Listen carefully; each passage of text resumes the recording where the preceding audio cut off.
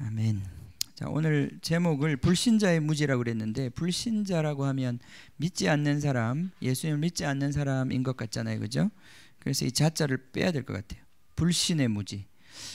이것은 예수님을 믿지 않는 사람들에 대한 이야기가 아니라, 이 사두개인이라고 하면 하나님을 믿지 않는 사람들이 아니잖아요, 그죠? 놀랍게도 이 사두개인은 그 당시 유대 종교를 이끌고 있던 종교 지도자들이었습니다. 특별히 사독이라는 사람은 제사장이잖아요, 그죠? 제사장. 제사장 계보로 내려오는 이들은 정말 하나님 믿는 것에 있어서는 가장 전문가들입니다. 그 민족에 있어서. 그런데 그 사람들이 부활이 없다 그러면서 이제 예수님께 도전하는 그런 우리와 말씀을 오늘 우리 읽었습니다. 예수님의 그들을 향한 평가가 무엇입니까? 29절에 보면 너희가 성경도 하나님의 능력도 알지 못하는 거로 오해하였다. 이 얼마나 참 이런 말을 들으면 기분이 어떨까요? 너는 정말 무식하구나. 너는 성경도 모르는구나. 하나님의 능력도 모르는구나. 여러분 잘 모르겠습니다만 저한테 만약에 하나님이 이렇게 말씀하신다면 그죠? 나는 성경으로 이때까지 밥 먹고 살았는데 너는 성경도 모르는구나 이렇게 말하면 너 해고야 이 말하고 똑같은 거 아니겠어요, 그죠? 얼마나 심각한 말입니까? 자, 불신의 무지, 불신의 무지, 믿지 않는 우리 안에 불신이 있죠. 불신이 있습니다. 이 엄청난 불신이 있습니다. 자, 우리가 이제 지난 시간은 우리 바리새인에 대한 이야기를 했었는데 오늘 사두개인에 대한 이야기입니다. 자, 이 오늘 말씀들을 예수님의 5번째 가르침, 예수님 다시 오신다라고 하는 가르침에 비추어서 그 맥락에서 우리가 지금 읽고 있습니다. 그죠? 예수님이 이 땅에 처음 오셨을 때도 예수님을 향한 도전이 있었어요. 싸움이 있었습니다. 예수님 마지막 십자가 지시기 전에 예수님을 향한 도전이 있었어요. 싸움이 있었습니다. 저는 이 말씀이 예수님이 십자가를 지신 것처럼 우리 교회도 이 역사의 마지막에 주님처럼 십자가를 지고 주님의 그 영광을 드러낼 그러할 때가 반드시 온다고 믿습니다. 그러니까 교회의 완성이라고 하는 것은 교회가 이제 완성되어 가는데, 그죠? 교회가 완성되어 가죠. 여러분 그 말 이해할 수 있겠습니까? 이 시대뿐 아니라 역사적으로 있었던 모든 성도들로 이루어진 주님의 교회가 하늘에 있는 예루살렘이 완성되어져 가고 있어요. 바울이 얘기한 것처럼 교회가 건물이 지어져 가고 있다 그랬어요, 그죠? 하나님의 성전이 지어져 가고 있다 그랬어요. 그 하나님의 성전이 완성되는 날이 오는데 그 완성된 하나님의 나라, 그 하나님의 교회, 그 교회가 마지막에 그 모습을 드러낼 때 반드시 고난받는 시대가 오고 그 고난을 통과하는 교회가 일어난다는 것이죠. 하나님께서 그때는 또 그 시대에 맞는 기름을 부어주시고 은혜를 주실 줄 믿습니다. 그런 영적 전쟁이 있는 거죠. 자, 그런 영적 전쟁의 맥락에서 예수님께서 이 사역의 마지막에 이제 2가지 큰 도전을 받는데, 하나는 바리새인들로부터 오는 공격이었고 또 하나는 사두개인들로부터 오는 공격이었어요, 그죠?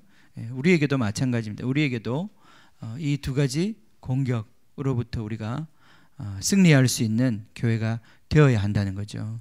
그래서 우리 지난 시간에 특별히 바리새인들이 이 위선자의 덫을 놓고 우리를 이 위선의 틀 속에 가두려고 하는 이 바리새인들의 도전 앞에서 예수님이 어떻게 이기셨는가? 어떻게 이기셨죠? 지혜의 말씀으로. 홍민은 없었구나. 지혜의 말씀으로 이겼어요. 지혜의 말씀으로. 지혜의 말씀으로 이겼어요. 지혜가 없으면 이길 수 없습니다. 그래서 우리 예수님의 마지막 가르침에 보면 거기 한번 보죠. 계속 반복해서 봐야 돼요, 그죠?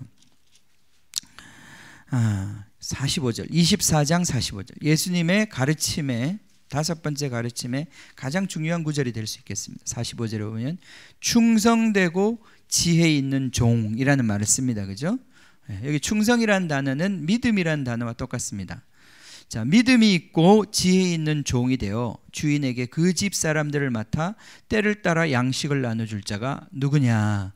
이 사람을 바로 예수님이 찾고 계신다는 거죠. 그 주인이 찾는 사람은 바로 믿음이 있고 지혜로운 사람이다, 종이다, 그렇게 말씀하신단 말이죠.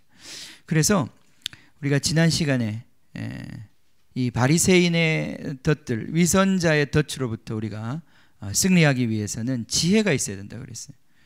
지혜로 그들의 그 어떤 생각의 그 함정, 생각의 한계를 깨트리고 하나님의 지혜, 진리의 그 생각으로, 세계관으로 그들의 생각을 초월하고 뛰어넘어야 된다고 그랬어요. 그죠?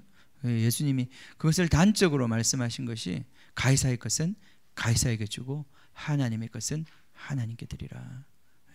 아무도 반박할 수 없는 진리죠. 그죠? 그 말에 대해서 누가 어떻게 반박할 수 있겠어요?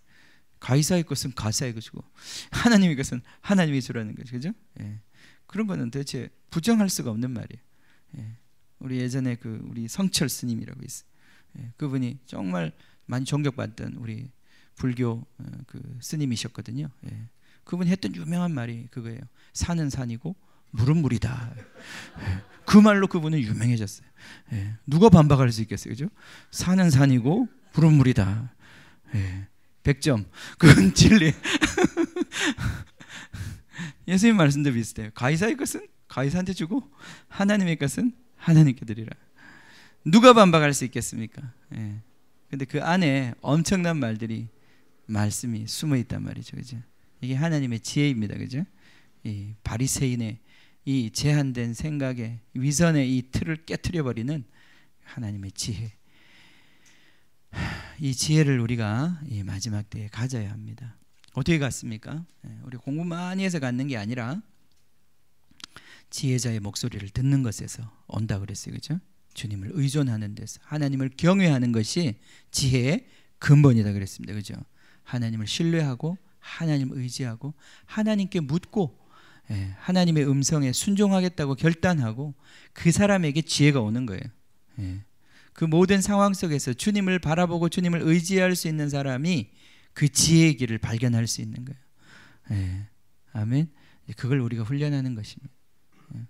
우리 삶에 보면 이번 우리의 삶을 이렇게 쭉 돌아보면 우리의 삶은 정말 선택의 연속이잖아요, 그죠? 선택의 연속이에요. 선택의 연속이에요. 그 선택을 얼마나 내가 지혜롭게 선택했느냐, 지혜로운 선택을 했느냐에 따라서 내 삶은 정말 많이 달라지게 됩니다, 그죠? 근데 아무리 지혜로운 말을 권면을 하고 해줘도 그 말을 못 받아들일 때가 있어요. 왜 그럴까요? 이상하게 그런 굳어짐이 있어요, 우리 안에. 분명히 너무너무 좋은 말이고 그 말을 들으면 살 텐데 그 말을 듣고 싶어 하지 않고 받아들일 수 없는 그런 어떤 우리 안에 한계가 있단 말이죠. 그런 것들을 시간이 지나서 이제 보면 깨달아집니다. 시간이 지나고 나면 내가 그렇게 완고했구나. 그때 벌써 이런저런 사람들이 다 나한테 그런 얘기를 했었는데 이제야 내가 그 말이 내 귀에 들어오는구나. 그죠? 그걸 선택할 수 없을 만큼 내 안에 그런 굳어짐, 완고함, 그런 고집스러움, 그런 것들이 있었다는 말이죠. 지혜로워지는 것은 그 완고함이 점점 벗겨지고 지혜자의 소리가 점점 내 삶을 붙잡을 수 있도록 허용하는 것입니다. 저는 우리 최 집사님 오늘 정말 의외네요. 그 복음학교 떨어졌다는 게. 근데 저는 오히려 그것이 하나님의 손길이라고 믿습니다. 너무 실망하실 필요 없습니다. 실망 안 하시는 것 같아요. 너무 기뻐하시는. 집사님이 이번에 승리하신 건 한 가지는 뭐냐면은 막 그렇게 내키지 않았지만 자기 생각을 내려놓고 그렇게 하려고 했다는 거예요, 그죠? 그게 죽는 거 아니겠어요, 그죠? 죽는 거예요, 그죠? 그게 이제 죽는 거예요. 이렇게 죽으니까 하나님이 또 살려주신단 말이죠, 그죠? 뭐 어떻게 살려주신지 모르지만 살려주신 거예요, 이거. 살려주신 겁니다. 제가 지금 해석해 드리는 거예요. 살려주신 거예요. 우리가 꼭 복음학교를 가서 변화되는 사람도 있지만 또 안 가서 변화되는 사람도 있어요. 그걸 하나님의 은혜로 느끼는 사람도 있어요. 예. 자, 뭐 그건 하나님의 손에 달린 거 아니겠어요, 그죠? 예. 어쨌든 우리 집사님이 자기 마음에 그게 힘들고 잘 이렇게 받아들여지지 않지만 그 완고함을 고집하고 그런 소리 하지 마, 그런 소리 더 이상 하지 마, 막 집어쳐, 막 그러죠? 싸우지 않고, 예. 내가 힘들어도 그 말씀 앞에 내가 내 자신을 내려놓고 순종하려고 하고 힘들어도 그게 죽는 거거든요. 죽는 거예요. 그 죽는 것을 할 때 하나님이 살려주시는 걸 경험하는 거예요. 오늘 우리가 이제 부활에 대한 이야기를 해야 되는데 이 부활에 대한 이야기를 결국 우리가 받아들일 수 있는 것은 부활을 믿지 않으면 예수를 믿지 않는 겁니다. 그죠? 네. 바울이 그렇게 얘기했어요. 부활이 없다면 우리가 세상에선 가장 불쌍한 사람들이다. 네. 부활이 없다면 뭐냐 도대체? 우리가 뭐하러 예수 믿냐? 부활이 없다면 그냥 좀 착하게 살아보자, 좀 어떻게 잘 해보자, 그런 거는 이 세상의 모든 다른 종교에도 있다는 거예요. 결국은 우리가 예수 믿는 우리의 삶을 결정적으로 다르게 만드는 것은 무엇이다? 부활이다. 아멘. 예, 부활이다. 그래서 부활을 믿지 않으면 예수 믿는 것이 아닌 거예요, 사실은. 예. 복음이라고 하는 것 자체가 그렇잖아요. 예수님의 죽으심과 부활을 믿는 거란 말이죠, 그죠? 부활을 실제적으로 믿어야 되는 거. 부활을 믿어야 예수 믿는 거라고 말할 수 있어요. 그렇지 않으면 우리가 부활을 믿지 않으면 그냥 종교 생활을 하고 있는 거예요. 그런데 부활을 제가 이제 의외로 공부를 해보면서 신학자들 중에는 부활을 믿지 않는 사람들이 생각보다 많았어요. 그 사람들이 참 의외로 부활을 안 믿더라고요. 왜 안 믿느냐? 안 믿어지니까. 안 믿는. 그 사람들이 뭐 특별히 악한 사람이 아니라 안 믿으신다는 거예요. 부활을 어떻게 믿냐? 부활을 안 믿으세요? 이렇게 물어보면 도로 이렇게 얼굴을 바꿔가지고 부활을 믿어요? 그렇게 물어봐. 그렇게 하면 갑자기 당황해. 부활을 믿어야 돼? 그러고 생각해 보면 부활은 정말 믿을 수 있는 이야기가 아니죠, 그죠? 만화 같은 이야기고, 부활을 믿는다는 것이 오히려 진짜 이상하죠. 정신 차리고 보니까 부활을 믿는 게 이상하지. 내가 홀렸나? 내가 아무 생각 없이 그냥 받아들인 건가? 부활을 어떻게 믿지? 진짜 부활을 믿을 수 있나? 근데 부활을 믿지 않으면 예수님 믿는 이유가 없다고 그랬습니다. 자, 부활을 믿기 때문에 죽을 수 있어요, 그죠? 예수님은 부활을 믿었기 때문에 죽었어요. 예수님 날마다 자기 십자가를 지고 나를 따라오라고 그랬는데 부활을 믿는 사람은 십자가를 지고 따를 수 있어요. 살려주실 테니까. 그죠? 근데 부활을 믿지 않는 사람은 십자가를 질 수가 없는 거예요. 바울도 그렇게 말했어요. 나는 날마다 죽노라. 그죠? 바울은 지금 살아서 그 말을 한단 말이죠. 맨날 죽었다가 살았다 한다는 얘기인가? 바울의 말은 사실은 그런 뜻이에요. 자기는 날마다 죽는다. 그럼 죽었는데 어떻게 사냐? 그 사는 것은 자기가 사는 것이 아니라 다른 생명에 의해서 부활의 능력에 참여하는 거란 말이죠. 빌립보서 잠깐 봅시다. 자, 부활을 믿지 않으면 죽을 수 없습니다. 진짜 부활을 믿는 사람만이 십자가를 질 수 있는 거예요. 그래서 부활은 우리 신앙의 핵심이 됩니다. 빌립보서 찾아보세요. 3장입니다. 자, 지금 바울이 목마른 것은 이제까지 바리새인으로 살아오면서 자기가 율법에 흠이 없는 자로 살았지만 그 율법에서 난 의 가지고 자기는 만족할 수 없다는 거예요. 그것이 진정한 자기를 구원할 만한 의가 아니었다는 것을 자기는 깨달은 것입니다. 그러면서 바울이 이런 얘기를 해요. 3장입니다. 빌립보서 3장에 9절입니다. 그 안에서 예수님이죠. 예수님 안에서 그리스도를 얻고 그 앞에 보면 그 안에서 그리스도 안에서 발견되려 함이니 내가 가진 의는 율법에서 난 것이 아니요 오직 그리스도를 믿음으로 말미암은 것이니. 그리스도를 믿음 또는 그리스도의 믿음으로 말미암은 것이니 곧 믿음으로써 하나님께로부터 난 의다. 믿음으로 말미암아 나한테 주어지는 의다. 그죠? 내가 10절입니다. 내가 그리스도와 그 부활의 권능과, 자, 이 부활의 권능, 부활의 실제, 예수 그리스도를 죽음 가운데서 일으키신 그 부활의 권능, 그 능력을 내가 알고자 한다 그랬습니다. 그죠? 그 부활의 권능을 내가 알고자 한다. 그래서 그 고난의 참여함을 알고자 해요.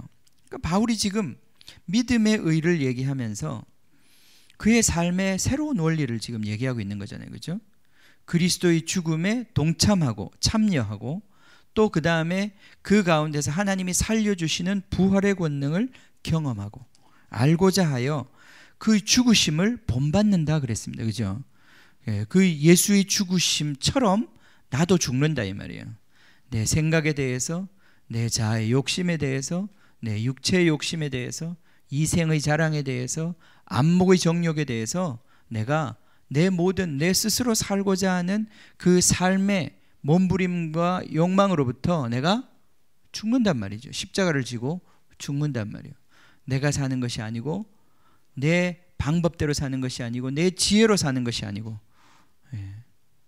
내가 살고자 하는 그 생존 본능이 내 안에서 움직이잖아요. 그죠? 이렇게 하면 산다. 내가 여기서 이렇게 해야 산다. 내가 이를 아득바득 정말 내가 힘을 주고 이렇게 살아야 내가 살지. 그게 바로 내가 사는 거 아니겠어요? 그죠? 내가 살고자 하고 내가 살려고 하는 그것 속에서 죽지 않으려고 내가 살려고 하는 그것 속에서 막 내가 애쓰고 힘쓰는 그 무엇이 내 안에 있단 말이죠. 그죠? 근데 그게 아니라 그리스도의 죽음을 본받아 그 생각을 죽는 거예요. 더 쉽게 얘기하면 우리 최 집사님 얘기를 죄송하지만 제가 좀 듣게요. 그죠? 최 집사님 막 내가 정말 어떤 의미에서는 복음학교 가기 싫은 마음이 내 안에 있었어요. 가고 싶지 않고 그거 가면 내가 포기해야 될 게 많아. 월급도 포기하고 퇴직금도 포기하고 그거 다 포기하고 난 그럼 어떻게 살아? 뭐 내가 뭐 예수 믿으면 뭐 밥이 나와 뭐 그죠? 막 그런 얘기가 막 속에서 올라오는 거예요. 다 내가 살고자 하는 그 어떤 이 모든 계산과 욕망이 내 안에서 올라오는 거예요. 그때 그것을 주님 앞에 굉장히 세상에 볼 때는 어리석은 거죠. 야, 그 복음학교 한번 가려고 그 다 포기해? 그 몇백만 원? 야, 바보다 바보. 그 몇백만 원 벌려고 우리는 띠두르고 저기 나가서 이거 며칠을 했는데 그 복음학교 그건 뭐라고 그거 한번 간다고 그걸 포기해? 이 세상은 이해할 수 없는 거란 말이죠. 근데 그것을 내려놓고 그리스도의 죽음을 본받는 거죠. 그죠? 받아들이는 거예요. 받아들이면 놀랍게도 하나님이 그 죽으심을 다시 그 죽음 가운데서 우리를 살려주신단 말이에요. 그죠? 그것은 내가 하는 게 아니에요. 나는 포기한 것밖에 없어요. 나는 십자가에 못 박은 것밖에 없어요. 난 내려놓은 것밖에 없는데 내 삶에 새로운 하나님의 역사, 하나님의 일하심, 살려주심, 살게 하심이 내 안에서 막 그런 새로운 옵션이 등장하는 거예요.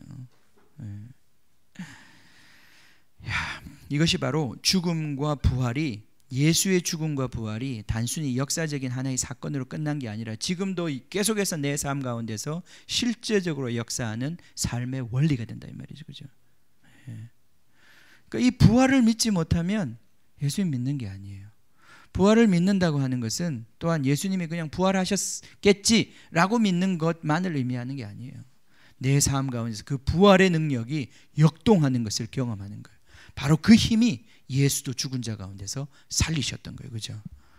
그 동일한 성령이, 그 살려주는 영이 예수님을 살리셨고 우리도 우리 안에서 죽어서 썩어져서 냄새 날 수밖에 없는 허무한 데 굴복할 수 없는 우리 인생을 다시 변화시켜서 살려서 하나님의 영원한 일을 할 수 있도록 만들어 주신다 이 말이에요.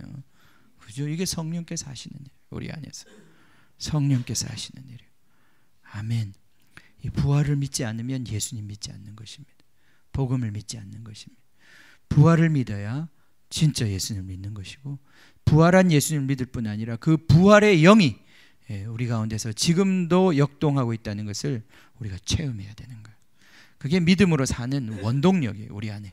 그래서 자꾸 내 한계와 내가 살고자 하는 그것을 십자가에 못 박고 주님이 살려주시는 그 삶, 주님께서 이끌어주시는 그 삶을 자꾸 믿음으로 받아들이는 거예요. 그것 속에서 내가 생각지 못한 사람들을 만나고, 생각지 못한 나의 자원들을 얻게 되고, 생각지 못한 내 인생의 길들이 풀어지는 것을 볼 수 있단 말이에요.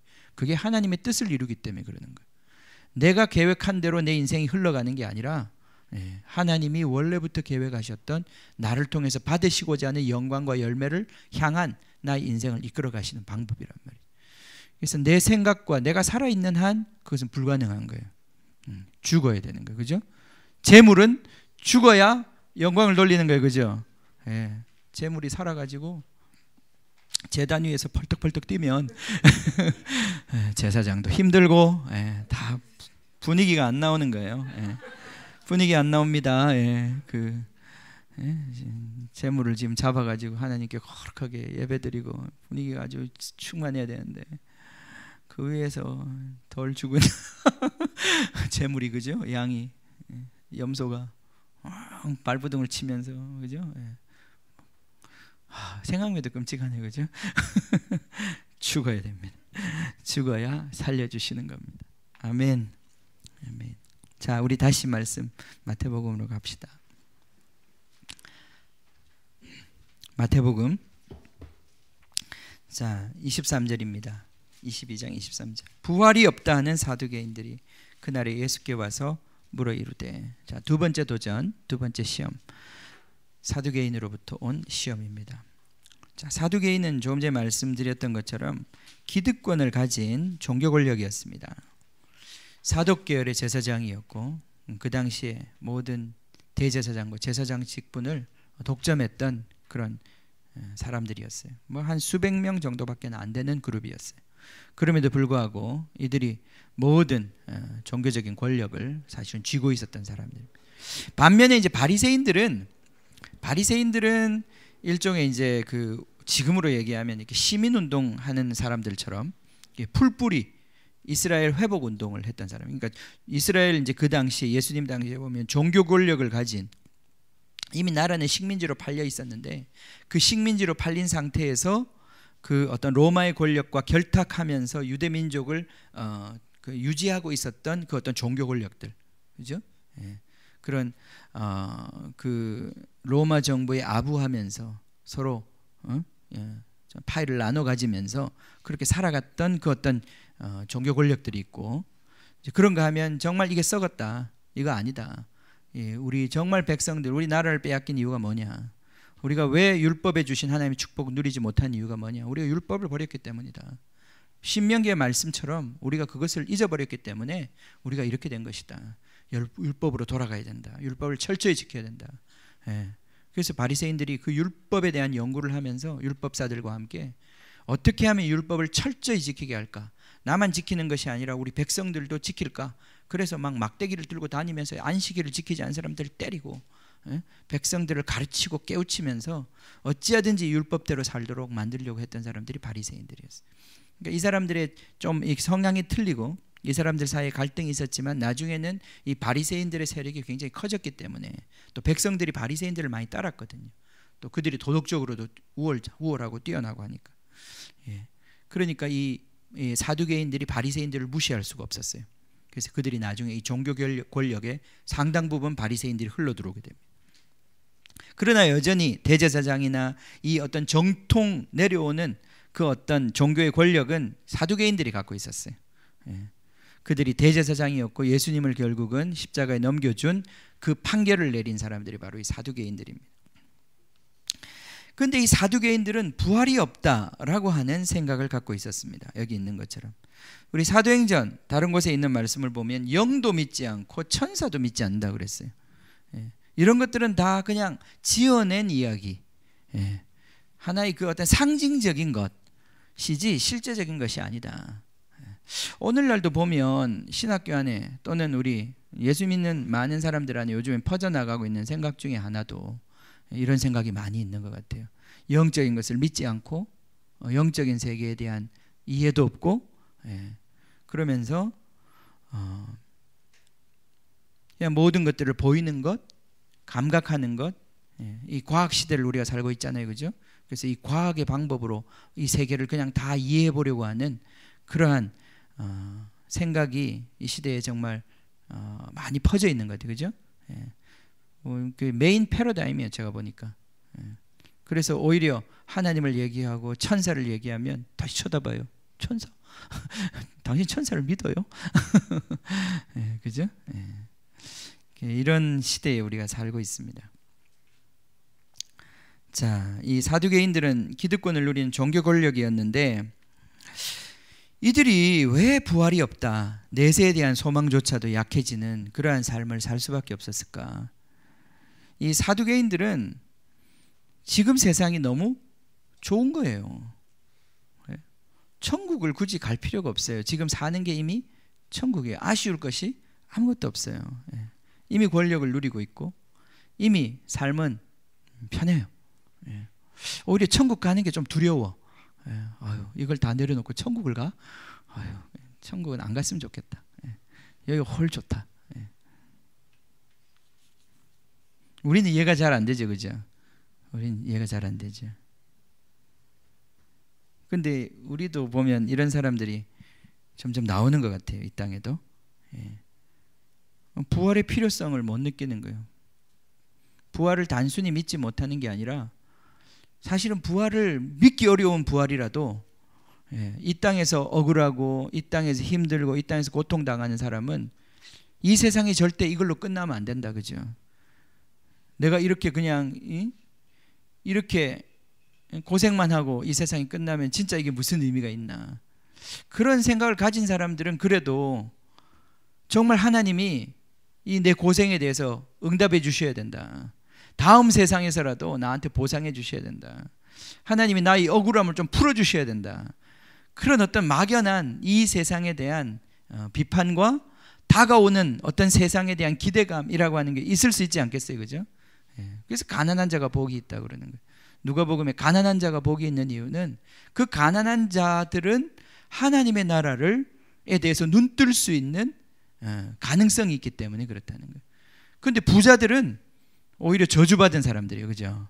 왜냐하면 그들은 천국을 별로 필요로 하지 않아요. 여기가 더 좋아. 이미 천국이 누리고 있어요. 굳이 다른 천국을 가고 싶지 않은 거예요, 그죠? 한때 지금은 좀 달라졌습니다만 저 분당을 우리는 천당 조금 밑에 있다고 그랬어요. 9,900당 정도 된다고 그랬어요, 분당이. 천당 별로 가고 싶지 않은 거예요. 분당에 살면 만족하는. 근데 분당에 살다가 이제 이게 용인으로 내려와 보니까 천국에 대한 소망이 생기는 거예요. 그죠?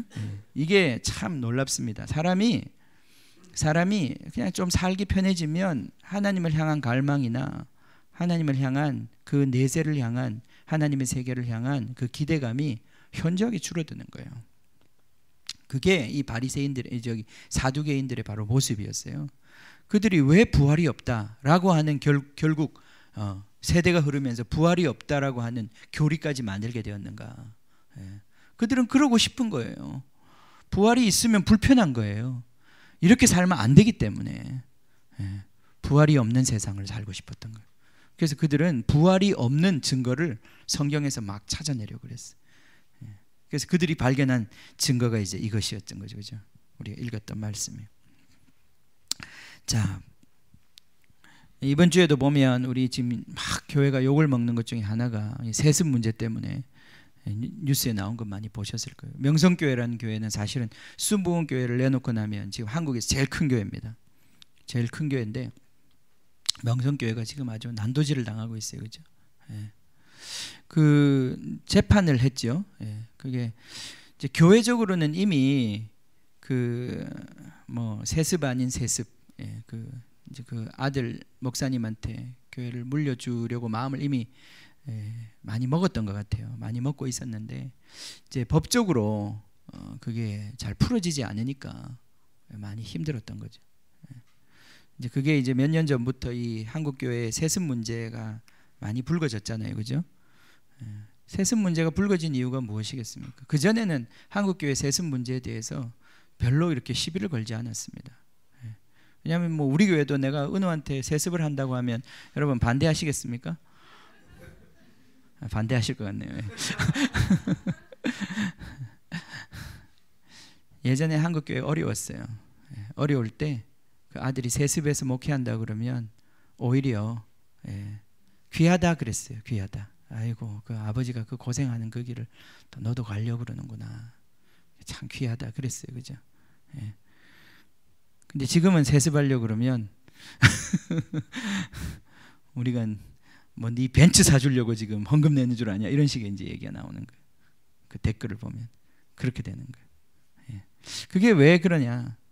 지금 교회가 잘 살기 때문에 하는 얘기 아니겠어요? 세습이 문제가 되기 시작한 것은 교회가 돈이 많고 기득권이 되고 종교 권력이 되기 시작하면서부터 세습이 사회적으로 문제가 되기 시작한 거예요. 그 때문에 이제 각계각층에서 이건 좀 문제가 있다. 특별히 그 아들이 검증되지 않은 사람도 많고, 부모 입장에서는 또 그 교회 입장에서는 세습을 하고자 하는 또 이유가 있어요. 왜냐하면 이제 한국 교회 안에서 여러 번 이게 이제 우리가 아주 근본적으로 좀 고민해봐야 될 문제예요. 한국 교회 안에서. 왜냐하면 그 자기 아들이 아닌 어떤 후임 목사를 청빙을 해서 교회를 이끌었는데 그런 교회들이 많이 문제가 많이 생겼어요.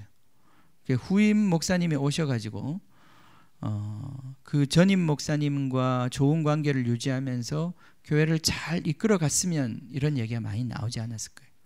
근데 이 세습에 대한 유혹이 강해지기 시작한 게 왜 그런가 하면 후임 목사님이 오셔서 전임 목사님과 갈등을 일으킨다든지, 그것도 이유가 있습니다.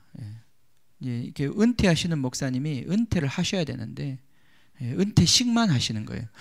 그리고 뒤에 앉아가지고 수령 첨점을 하시려고 뒤에 앉아서 이제 또 새로운 목회, 조종하는 로버트 목회를 또 해보시려고, 또는 후임된 후임 목사님이 오셔가지고 전임 목사님만큼 역량이 안 나올 수도 있어요. 또 그까지 시간이 걸릴 수도 있어요. 그죠? 처음 온 그 초짜 목사님이 그렇게 막 유능하게 그 모든 상황을 적응해가고 이끌어가는데 또 시간이 많이 걸릴 수도 있죠. 그러다 보면 그 시간에서 또 시간을 참지 못하는 성도들 안에서 항상 또 우리 전임 목사님과 비교를 하는 거예요. 특히 이제 목사님 설교가 좀 그렇다 이러면은 그 전임 목사님 설교는 정말 좋았는데, 이제 그러면서 이제 괜히 이게 패가 나뉘는 거죠. 그러면서 자꾸 이제 그 전임 목사님한테 가서 하소연 아닌 하소연 비슷하게 이제 한마디 하는 거예요. 목사님 있을 때가 좋았어요. 뭐 이런 식의. 그럼 또 그 목사님이 또 인간적으로 마음이 약해져가지고 그랬냐? 그러면서 또 우쭐한단 말이죠. 이런 것들이 쌓여가지고 이런 이간이 역사하기 시작하면서 막 교회 안에 분란이 생기죠. 문제가 생기죠. 또 목사님들도 다 착하면 좋은데 그게 아니라 이제 이런 상황이 생기면 목사님들 안에도 내가 이 권력을 장악해야 된다. 이 적폐를 청산해야 된다. 과거를 청산해야 된다. 전임 목사님의 흔적을 지워야 된다. 이제 이런 어떤 또 정치적인 동기가 작동하기 시작하는 거예요. 그러면서 이제 새로운 또 세력을 만들려고 하고 전임 목사님 흔적 지우기에 이제 나서는 거예요. 이제 그렇게 하면 또 전임 목사님 또 얼마나 그런 소식을 들으면 많이 불편하겠어요, 그죠? 자기는 평생에 애써서 세운 것들인데 그런 것들이 하나 둘씩 다 무너져 내려가는 걸 보면 그런 것 중에는 정말 무너져도 될 것도 있지만 어떤 거는 굉장히 가슴 아픈 것도 있을 거란 말이에요. 자기는 정말 목숨처럼 생각했던 게 있을 텐데, 그러면서 막 이런 것들이 이해되지 못하고 소통되지 못하면서 막 분란을 일으키는 거예요. 그러면서 이게 이제 심해지면 이제 후임 목사님, 특히 후임 목사가 마음이 좀 좁고 이것에 대해서 어떤 정치적인 권력에 욕심이 있으면 그 다음은 전임 목사님의 어떤 그 뒷조사를 하는 거예요. 그러면서 그 전임 목사님의 이제 여러 가지 비리들 이런 것들이 이제 까발리는 거예요. 그럼 이제 뭐 돈 횡령한 것도 나오고 뭐 여러 가지가 나오는 거예요. 불분명한 것들.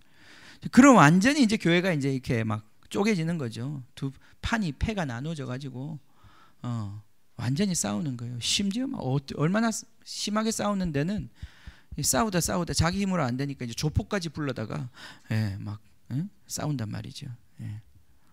이게 지금 한국 교회 얘기예요. 우리 교회는 아니지만 우리 교회는 다행이에요. 그렇게 싸울 건덕지가 없어서. 우리 교회 통장 잔고에 6만 원 있습니다. 싸울 일이 없어요. 근데 재산 있고 뭐 있고 명망이 있는 교회들은 그 얼마나 유혹이 크겠습니까? 그게 쉽게 내려놔지겠습니까? 막 싸움판이 벌어지는 거예요. 그래서 막 이게 법정 소송이 붙어가지고 본당에서 예배드리는 팀이 있고 소예배실에서 예배드리는 팀이 있고 주일 날마다 올라가는 성도들이 올라가면서 몸싸움하고, 그게 실제로 있었던 일이에요. 지금 한국 교회 이런 일들을 이제 경험하니까 은퇴하는 목사님 입장에서는 이 아무한테나 줄 수는 없다는 거예요. 아무한테나 줬다가 자기가 이 후환을 어떻게 감당하겠냐 이거예요. 정말 믿을 사람을 세워야 되는데 정말 믿을 사람을 자꾸 찾아보니 아들밖에 없더라. 이제 이렇게 되는 거예요. 그러니까 큰 교회는 큰 교회일수록 이 교회를 보호한다는 명목하에서 세습을 정당화하는 거예요. 그리고 그 아들이 능력도 있고 훌륭하고 그러면 굳이 못 세울 이유가 뭐가 있겠냐. 내가 다 찾아봤는데 이만큼 훌륭한 목사도 없었다. 그러면서 이제 교회가 이 세습을 정당화하고 세습하는 방향으로 가는 거예요. 그러니까 교회 자체로 보면은 교회를 보호하고자 하는 그 어떤 생리가 작동하고 있는 거죠. 지금 이제 명성교회 문제가 이제 그런 맥락에서 일어난 거예요. 그런데 이제 주변에서 볼 때는 그게 너무 부당하게 보이는 거죠. 그 김하나 목사님이라는 분은 좋은 분이에요. 김사한 목사님의 아들, 좋은 분이고 능력도 있는 분이고. 그렇지만 제가 볼 때 이 세습이 과연 사회적으로 이렇게 저항이 많고 교회적으로도 볼 때 이게 과연 하나님이 원하시는 뜻이었을까 생각해 볼 때 전 좀 의문을 갖고 있어요. 뭐 이게 아니다 이렇게까지 제가 얘기하긴 그렇지만은 남의 교회 얘기라 제가 함부로 주님께서 주신 말씀이 없는데 제가 말하기는 판단하기는 그렇지만은 이게 과연 올바른 선택이었을까 그런 생각이 듭니다. 이 이제 교단 재판에서 합법화되었잖아요, 그죠? 합법적으로 되었어요. 이제 교회 제일 문제가 된 게 그거였거든요. 교단법에 이 세습 문제가 계속 사회적으로 불거지니까 몇 년 전에 교단 안에서 이제 법을 만들었어요. 그 이제 장신대가 소속돼 있는 우리 통합측 장로교 통합측 교단에서 교회 헌법에다가 은퇴하는 목사는 세습할 수 없다고 하는 그런 조항을 실제로 헌법에다 집어넣었어요. 그래서 이제 그 장로교 그 교단에 소속되어 있으면 그 헌법을 지켜야 되는 거죠, 그죠? 근데 이제 이렇게 세습 같은 형태의 일이 일어나니까 그것에 대해서 일부 이제 그 교단에 있는 다른 교회 또는 신학교 교수들 이런 사람들이 이제 교단에다가 고소를 한 거죠. 이건 헌법을 어긴 것이다. 교단의 세습을 금지하는 법을 어긴 것이다. 그래서 이제 그것이 실제로 이제 교단 재판에 넘어가서 판결이 내려진 거 아니에요, 그죠? 최근에 이제 판결이 내려졌어요. 그 판결이 내려지는 것으로 인해서 이제 사회적 문제가 지금 된 건데 그 교단의 판단은 이것이었어요. 이거는 이제 합법이다, 불법이다? 합법이다. 합법이다. 이제 그 15명이 투표를 했는데 8대 7로 합법으로 결정이 났어요. 왜 합법이냐? 그 교단의 그 교회의 주장은 이런 거 있어요. 원래 김사은 목사님이 은퇴하시면서 바로 세습을 한 게 아니었어요. 은퇴하시고 2년의 공백이 있었어요. 목사를 청빙을 못하는 2년의 공백 기간이 있었어요. 그리고 이제 이 아들이 이제 담임 목사로 취임을 했거든요. 그래서 은퇴하는 목사가 아니라 은퇴한 목사이기 때문에 이것은 세습이 아니다. 그렇게 판단을 한 것 같아요. 참 재밌어요, 그죠? 공부를 잘해야 돼요. 은퇴하는 목사가 아니라 은퇴한 목사이기 때문에 이건 세습이 아니다. 그래서 이제 그걸 받아들였어. 근데 지금 이제 보니까 그 장로교 통합측 교단에서 지금 말이 많아요. 이 말이 이제 잦아들지 그대로 이제 그렇게 될지 아니면 또 심각하게는 교단이 쪼개질 수도 있다 이런 얘기까지 나오거든요. 그러니까 또 그런 어떤 어려움이 올지 정말 안타깝습니다. 괜히 제가 왜 여러분 다 아는 이 뉴스를 제가 다시 얘기하냐면 이 기득권이라고 하는 것이 이렇게 무서운 거예요. 기득권에 젖어들기 시작하면 어두워지는 거예요. 그죠? 종교 기득권도 마찬가지예요. 먹고 살만해지면 하나님에 대한 갈망이 사라지는 거예요. 이 우리 안에 있는, 이게 지금 남의 교회 욕하라고 제가 한 얘기가 아니라 우리 안에서 이 무서운 믿음으로 살지 않으려고 하는 그 조그마한 위안과 이 세상이 주는 그 어떤 기득권, 권력 안에서 내가 그냥 계속 기생하려고 하는 그런 습성이 우리 안에 있다는 거예요. 이게 무서운 거예요. 이게 불신이에요, 사실은. 그건 하나님을 믿지 않는 거예요. 하나님이 죽은 자를 살리시는 그 능력을 믿지 않는 거예요. 하나님을 믿지 않는 거예요. 그렇게 살면 안 되는 거예요. 저는 그래서 명성교회가 지금 그 얘기를 들을 수 없겠지만 저렇게 하는 것보다는 더 과감한 믿음의 결정을 할 수도 있을 텐데 하는 아쉬움을 제가 보는 거예요. 자, 이 사두개인들이 기득권에 사로잡혔기 때문에 더 이상 하나님을 필요치 않는 자들이 되어버렸습니다. 그냥 누리면 되는 거예요. 월급 나오고 모든 게 다 그냥 루틴으로 돌아가는 거예요. 믿음을 필요로 하지 않는 사람들이 되어버렸죠. 그 때문에 그들은 부활의 필요성을 느끼지 못하고 늘 이런 생각을 가지. 현세가 더 좋다. 지금이 좋은 거지. 지금 누려야지.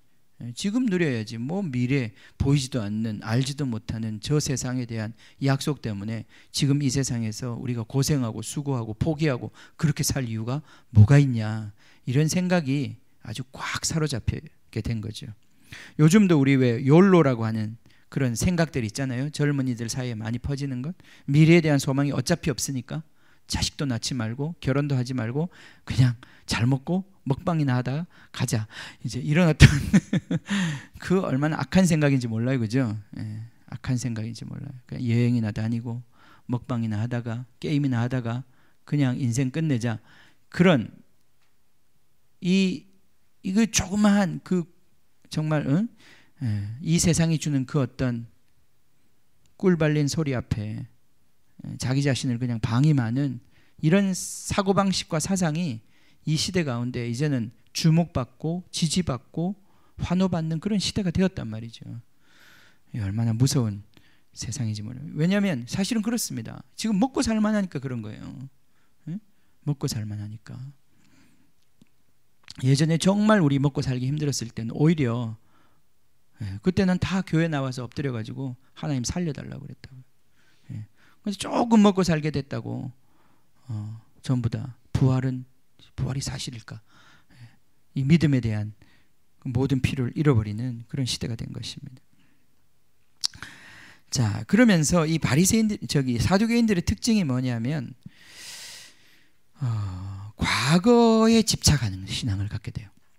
그래서 이들은 사두개인들의 특징이 뭐였냐면 모세의 율법만 성경으로 인정을 하고 다른 선지서나 그 이후에 하나님께서 이스라엘의 역사 가운데 계속해서 역사하시는 그 어떤 선지자의 정신, 지금도 여전히 살아 움직여 역사하시는 그 하나님의 역사, 이런 것에 대해서 부인하는 경향이 있었어요. 그래서 과거에 모세 오경, 모세가 준 율법, 그것만 진리고 그것만 보수하고자 하는 그러한 과거 지향적이고 과거 집착적인 그런 신앙. 그러면서 지금 역사하는 하나님의 역사, 살아계신 하나님의 역사, 그것에 대해서는 애써 부인하고자 하는 그러한 경향을 가지게 되는 거예요. 왜냐하면 그것은 편하거든요. 과거 이야기를 하면 지금 내 삶을 바꾸지 않아도 되거든요. 그래서 지금의 상황을 계속 보수하고 유지하고자 하는 이러한 신앙의 행태가 결국은 부활에 대해서 부인하게 되는, 부활을 우스꽝스러운 생각으로 치부하게 되는 그러한 생각으로 가게 된 것입니다. 그래서 사두개인들은 이제 어찌하든지 이 부활에 대해서 부정할 만한 그러한 어떤 논리를 성경으로부터, 특별히 자기들이 그렇게 주장하는 그 모세 오경 토라로부터 찾아내려고 대단히 애를 쓰고, 그래서 이들은 부활이 없다고 하는 자기들의 사상 주장을 이 말씀을 들어서 바리새인들과 많이 논쟁했던 것 같아요. 자, 바리새인들을 예수님께서 논쟁으로 이기셨다는 말을 듣고 난 다음에 사두개인들이 그럼 예수가 우리 편인가 싶어서 이제 가서 이제 자기들의 이 얘기를 한 거죠, 그죠? 상속에 대한 이야기를 한 것입니다. 이 말씀은 신명기 25장에 나와 있는데요. 이 말씀 뭐 그냥 여기 나와 있는 그대로입니다. 이 말씀을 주신 이유는 뭐예요? 이 과거 이스라엘 그 고대 이스라엘의 나라에서는 제일 중요한 게 상속의 문제예요, 그죠? 경제적인 기반, 상속에 대한 문제가 제일 중요한 문제죠, 그죠? 자식을 낳는 이유도 상속 문제 때문에 그런 거예요. 남자와 여자의 문제도 상속 문제 때문에 그런 거예요. 남자를 통해 상속이 이루어지고 그 기업이 계속 보존되기 때문에. 그럼 지금 이제 우리가 왜 여자한테는 안 해주냐 막 이런 거 가지고 시비 걸잖아요, 그죠? 과거에는 그러지 않았어요. 아들한테 간다고 해서 시비 걸 일이 없어요. 왜냐하면 개인주의적인 생각을 갖고 있지 않은 거예요. 이 재산을 왜 지금 남편이 죽었는데 부인한테 안 주고 아들한테 주냐 이런 거 가지고 엄마하고 자식이 싸우지 않았다고요. 왜냐하면 자식 것이 내 것이고 내 것이 자식 것이니 싸울 이유가 없잖아요. 근데 우리는 이 시대에 싸우잖아요, 그죠? 왜 싸우죠? 우리는 다 따로 주머니를 차고 있으니까 상속에 대해서 싸우는 거예요.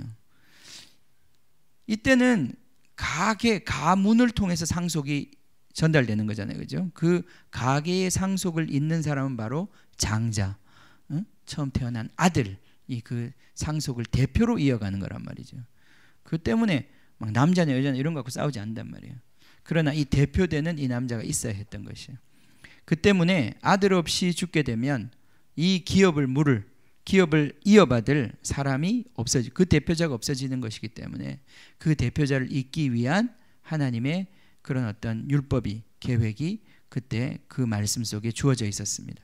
그래서 형이 정말 자식 없이 남자 아이 없이 죽으면 그 상속을 이어갈 그 씨를 얻기 위해서 그 동생이 그 형수를 취하는 것이죠.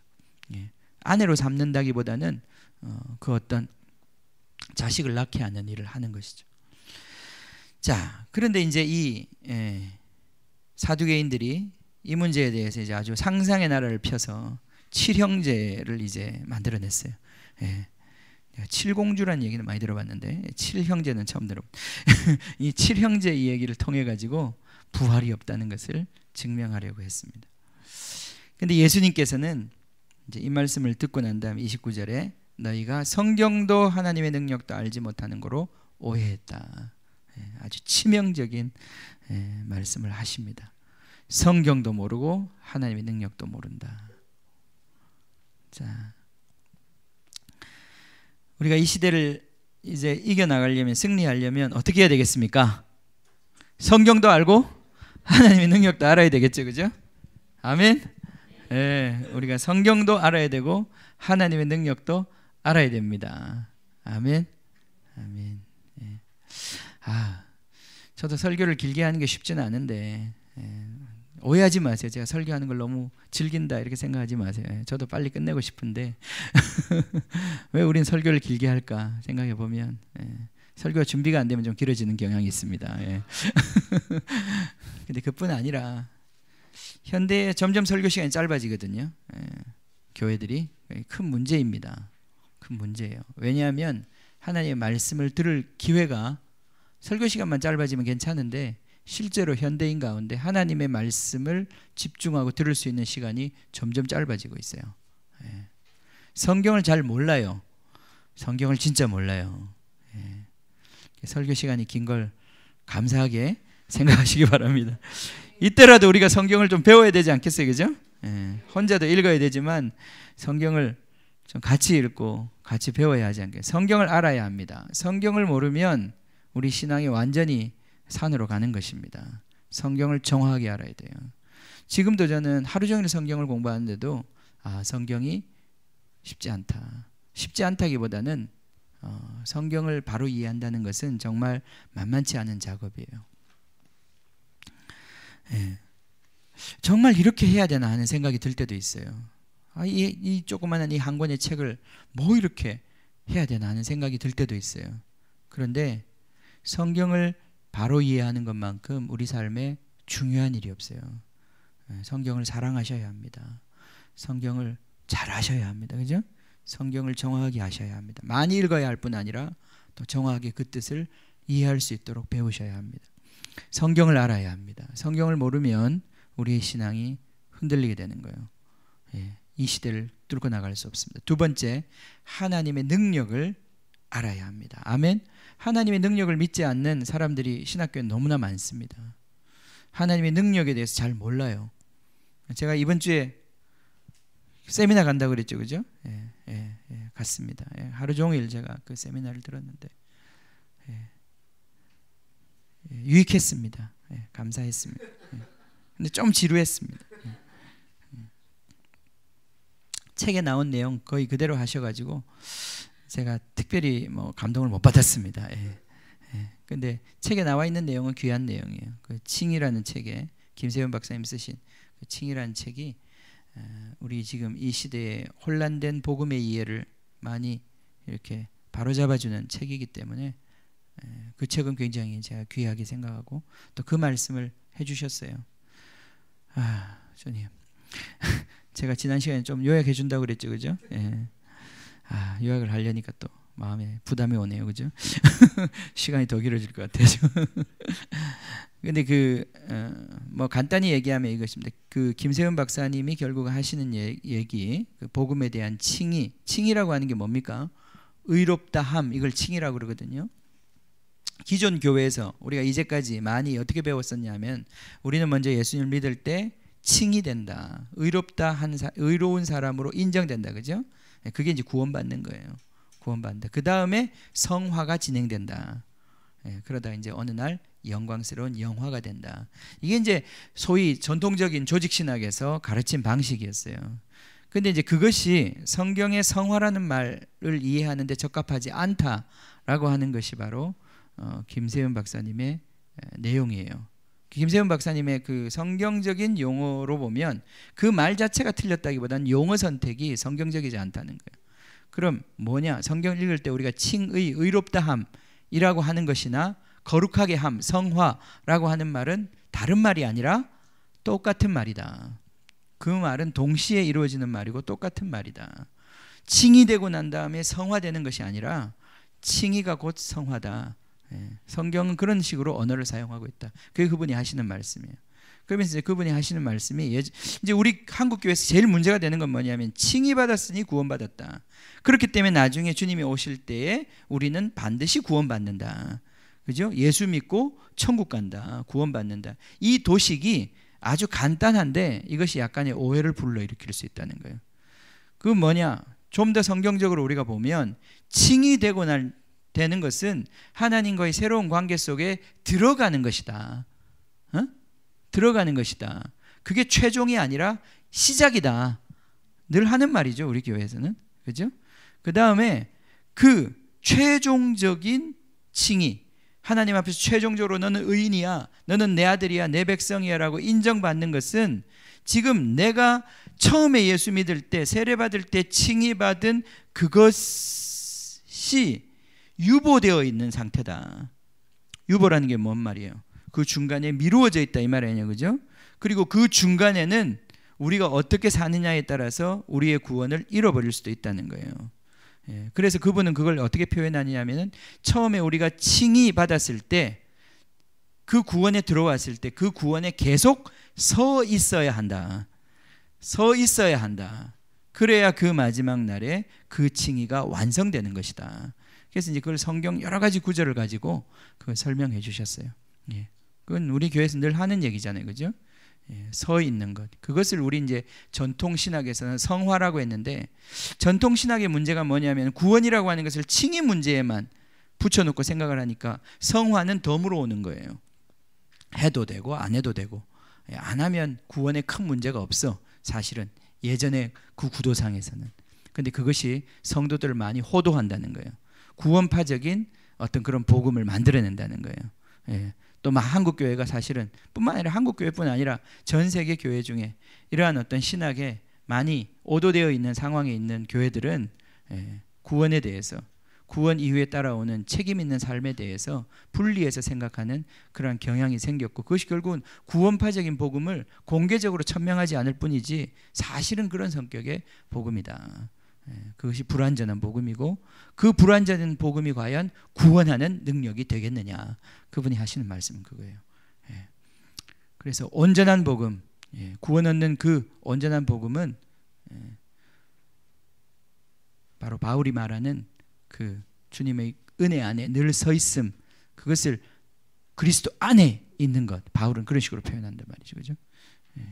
믿음으로 사는 것, 그렇게 표현하는 것, 우리가 늘 우리 교회에서 많이 하고 있는 얘기입니다.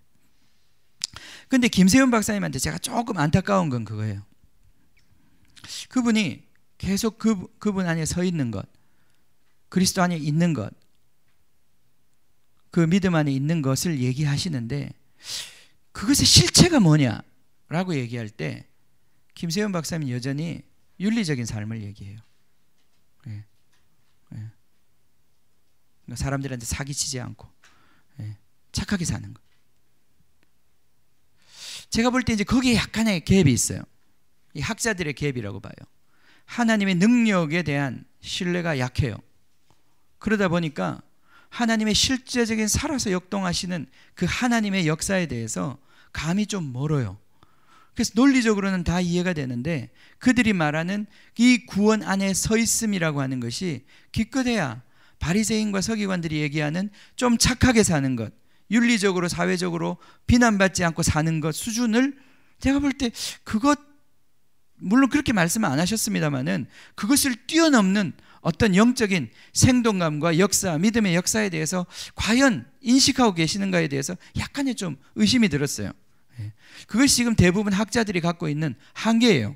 제가 볼 때 공부를 그렇게 많이 하고 성경을 그렇게 많이 아는데, 성경을 그래서 많이 이해하는데, 그렇지만은 실제로 내 삶에 있어서 하나님이 오늘도 초자연적인 역사로서 나한테 다가오셔서 내 삶에서 내가 내 한계를 내려놓을 때 하나님이 새로운 하나님의 역사, 정말 죽은 자를 살리는 그 역사를 일으킬 것이라고 하는 이 성령의 역동에 대해서 얼마나 더 민감하게 실제감으로 갖고 있는가, 그 부분에 있어서는 우리 학자들이 굉장히 많이 약하단 말이죠.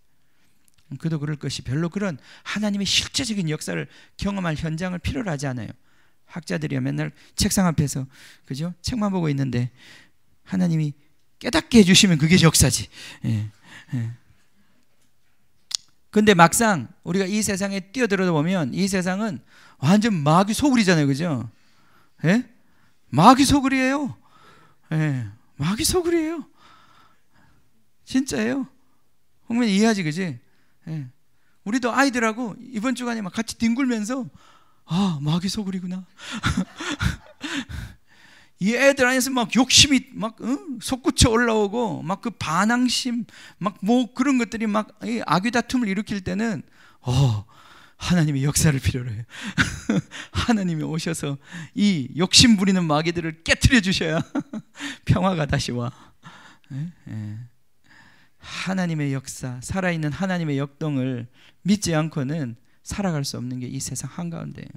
그러니까 학자들이 그것에 대해서 인식이 약한 것은 그만큼 치열한 영적 전쟁에 들어가지 않기 때문에 그런 거예요. 하나님의 능력을 알아야 되고 성경도 알아야 됩니다, 그죠?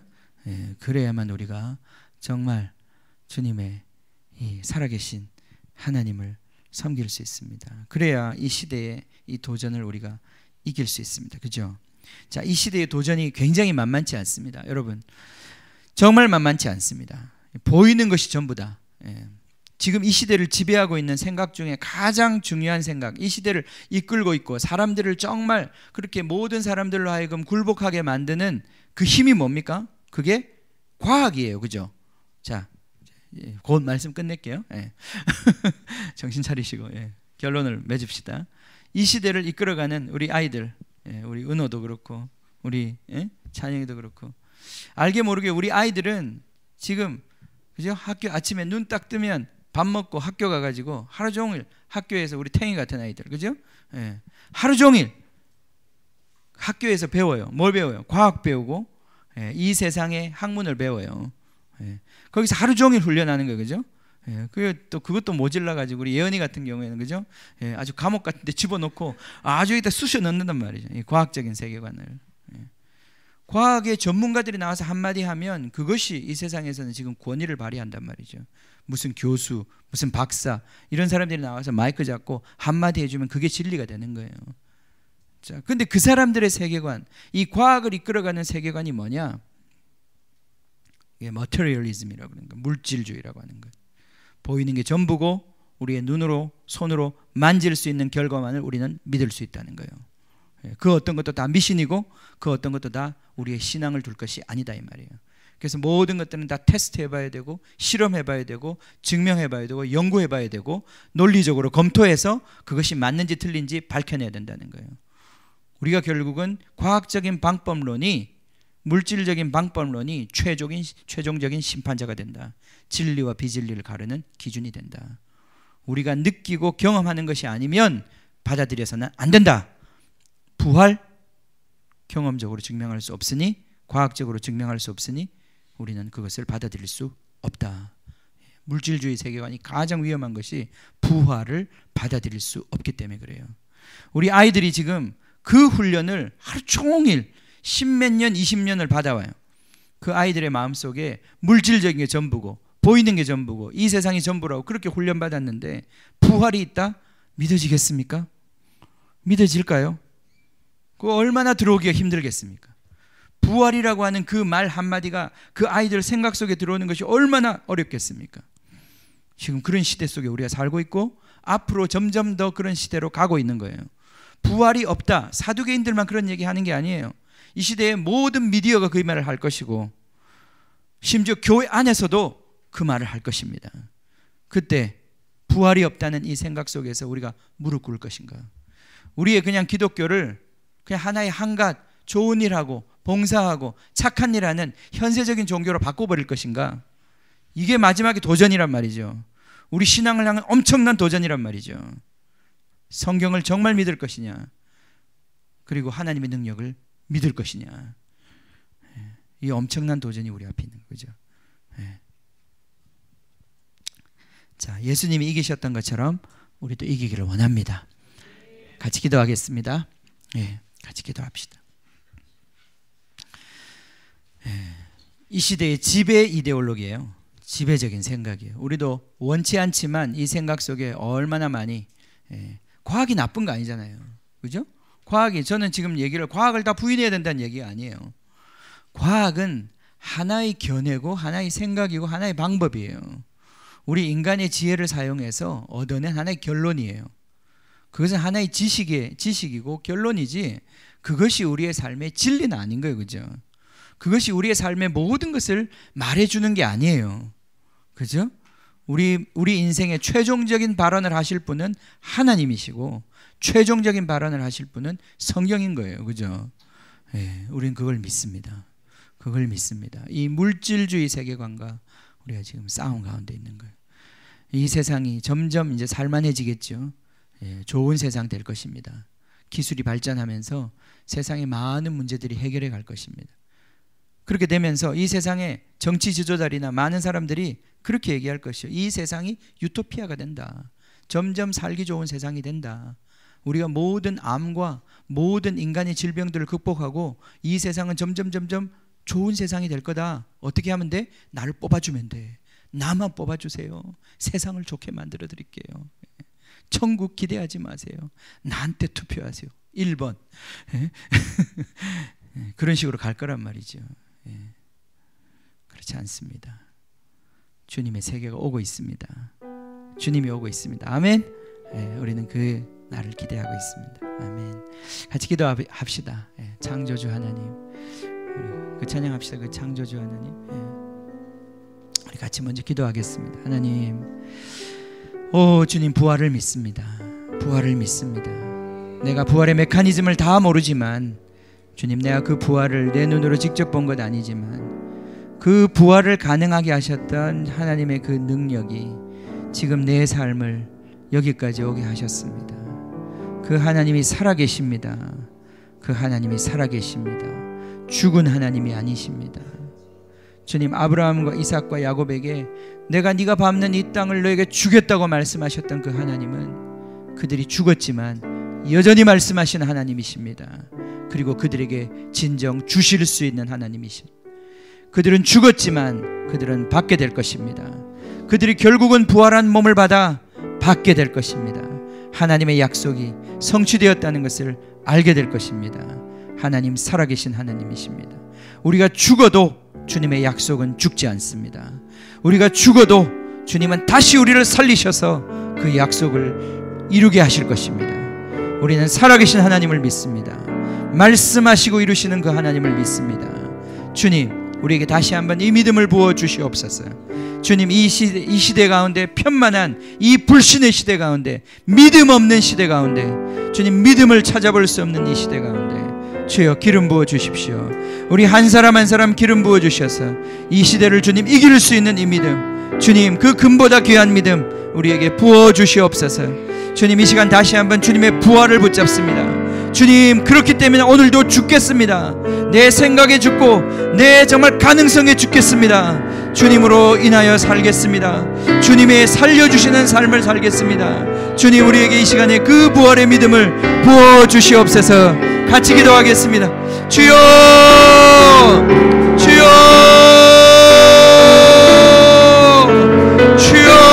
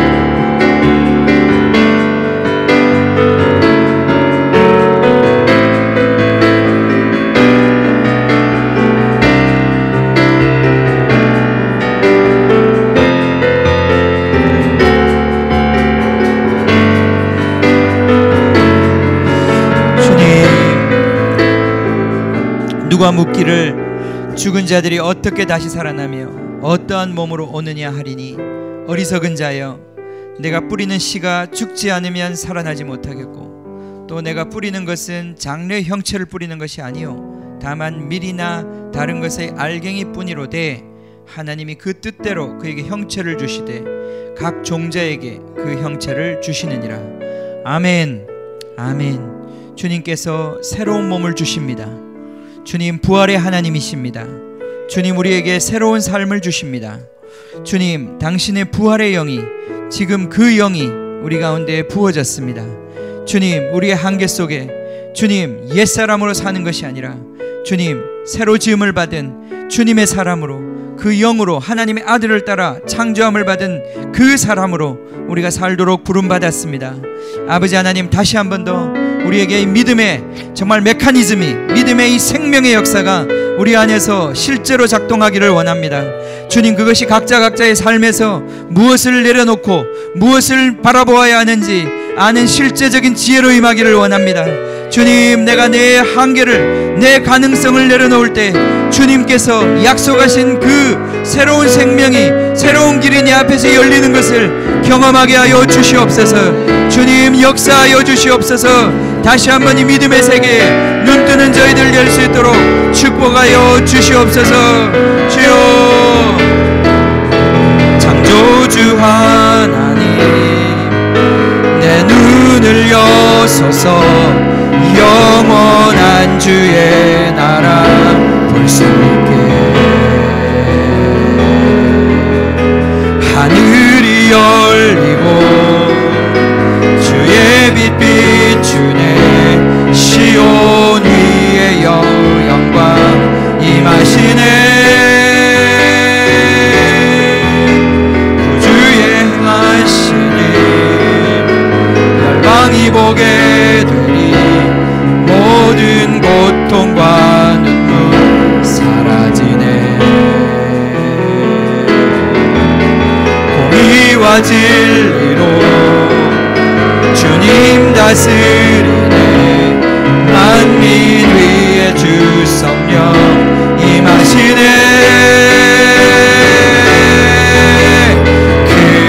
그날에 온 땅과 열방이 경배하며 주의 이름 높이리.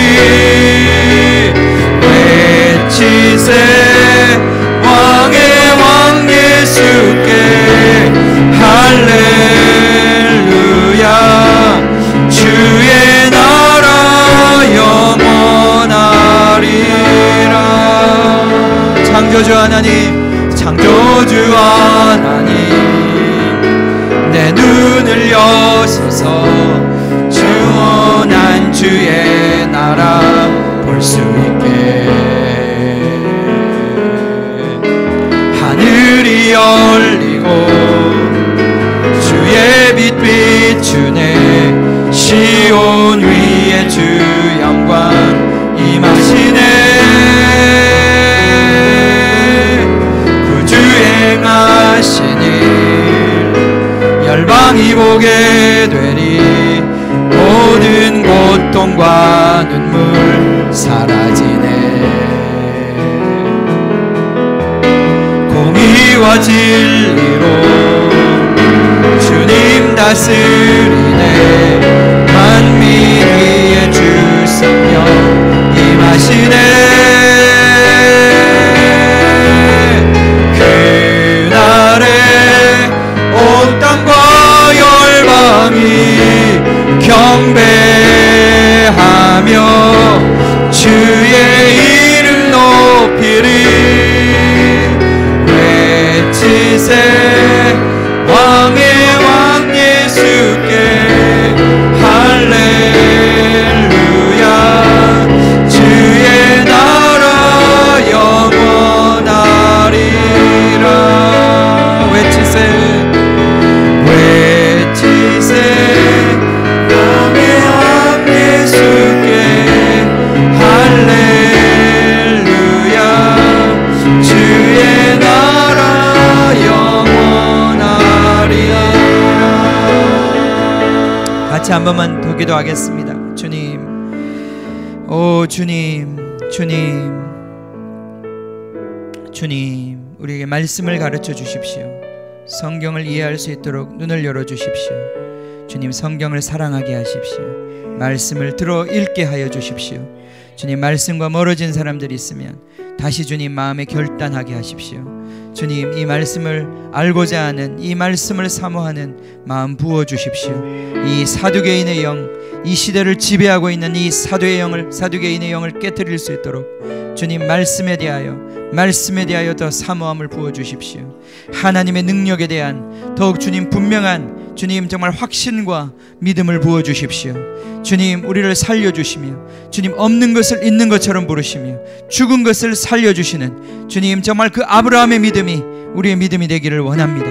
주님, 정말 보이지 않는 그 세계를 말씀으로 창조하신 그 하나님의 능력이 여전히 우리 가운데서 역사하고 계십니다. 주님, 믿는 자에게는 능치 못할 것이 없다고 주님께서 말씀하셨습니다. 주여 우리의 믿음 없는 것을 도와주십시오. 주님 우리의 믿음 없는 것을 도와주십시오. 하나님을 하나님으로 믿게 하십시오. 창조주를 창조주로 믿게 하십시오. 부활의 하나님을 부활의 하나님으로, 다시 오실 그 예수님을 믿는 믿음을 우리에게 부어주십시오. 오 주님, 이 시간 우리 가운데 다시 한번 성령님 오셔서 사두개인의 모든 영들, 사두개인의 영향력들 파하여 주시고 제거하여 주시고, 주여 살아계신 하나님 섬길 수 있는 믿음을 부어주시옵소서. 주여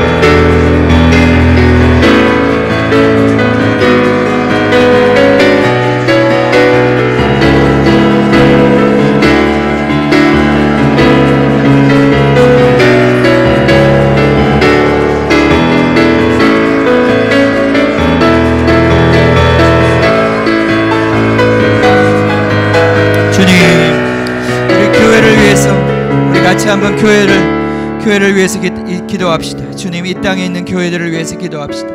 하나님, 또 우리 교회를 위해서 기도합시다. 하나님, 이 땅의 교회가 다시 한번 이 성경 앞에, 주님 다시 한번 이 하나님의 능력 앞에 깨어나야 하지 않겠습니까? 주님, 우리가 정말 우리의 생각과 주님, 겨우 주님께서 정말 우리에게 주셨던 이 축복을 기득권으로 누리려고 하는 주님, 정말 그것을 뒤로하고 표대를 향하여 달려가고자 하는 주님이 살아있는 신앙을 버리고 주여 우리의 신앙에 이 과거에 집착하고 기득권에 안주하려고 하는 주여 이 한국교회를 깨워주시옵소서. 깨워주시옵소서. 살아계신 하나님의 새로운 역사, 이 시대를 돌파하는 살아계신 하나님의 역사를 갈망하는 주여 믿음의 교회로 일어나게 하여 주시옵소서. 다시 한번 살아있는 주님의 말씀이 선포되게 하여 주십시오. 살아계신 주님의 능력이 나타나게 하여 주시옵소서. 죽은 자를 살리시며 아픈 자를 치유하며 주여 방언의 은사와 예언의 은사와 주여 모든 장래일을 말하시는 성령님의 살아계신 역사가 주여 역동하는 교회들로 다시 새롭게 되게 하여 주시옵소서. 기도하겠습니다. 주여 주여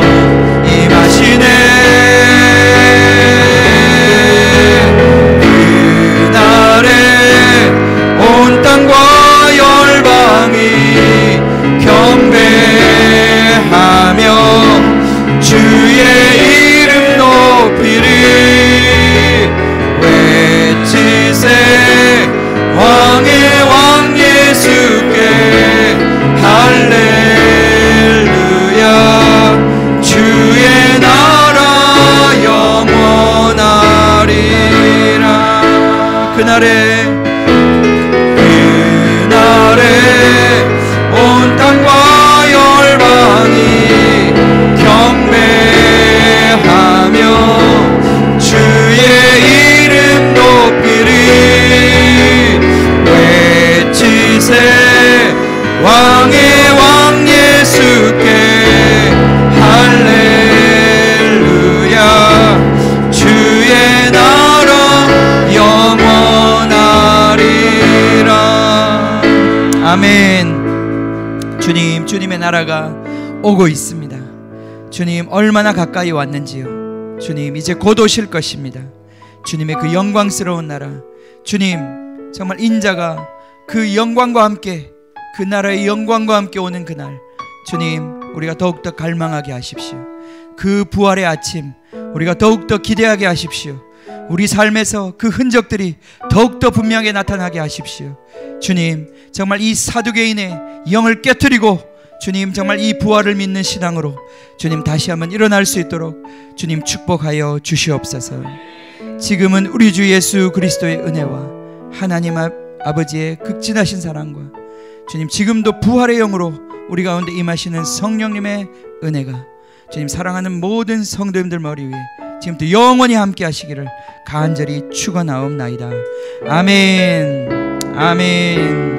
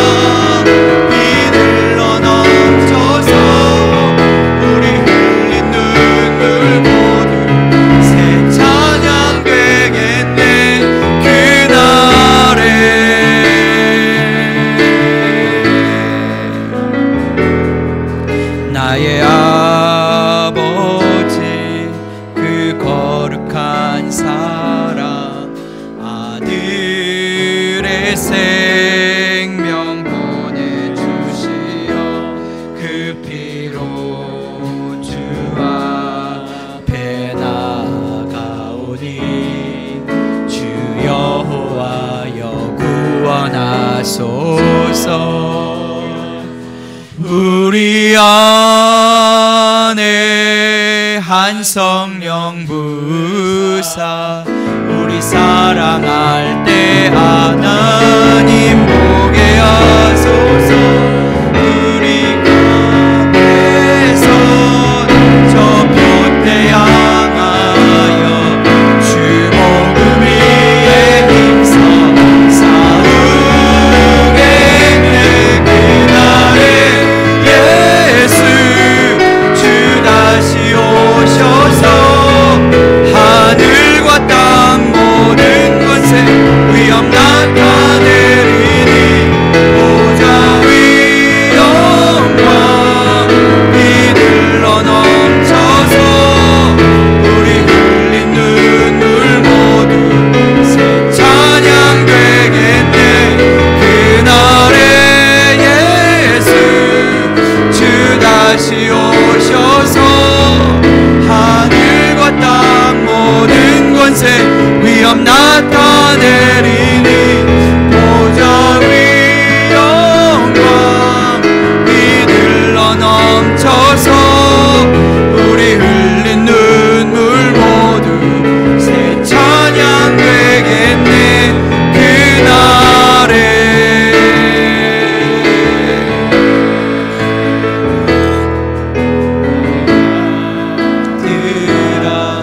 내 사랑하는 자 내가 너희를 기뻐하노라. 오 주여 당신께 예배하오니 주여 하여 임하옵소서.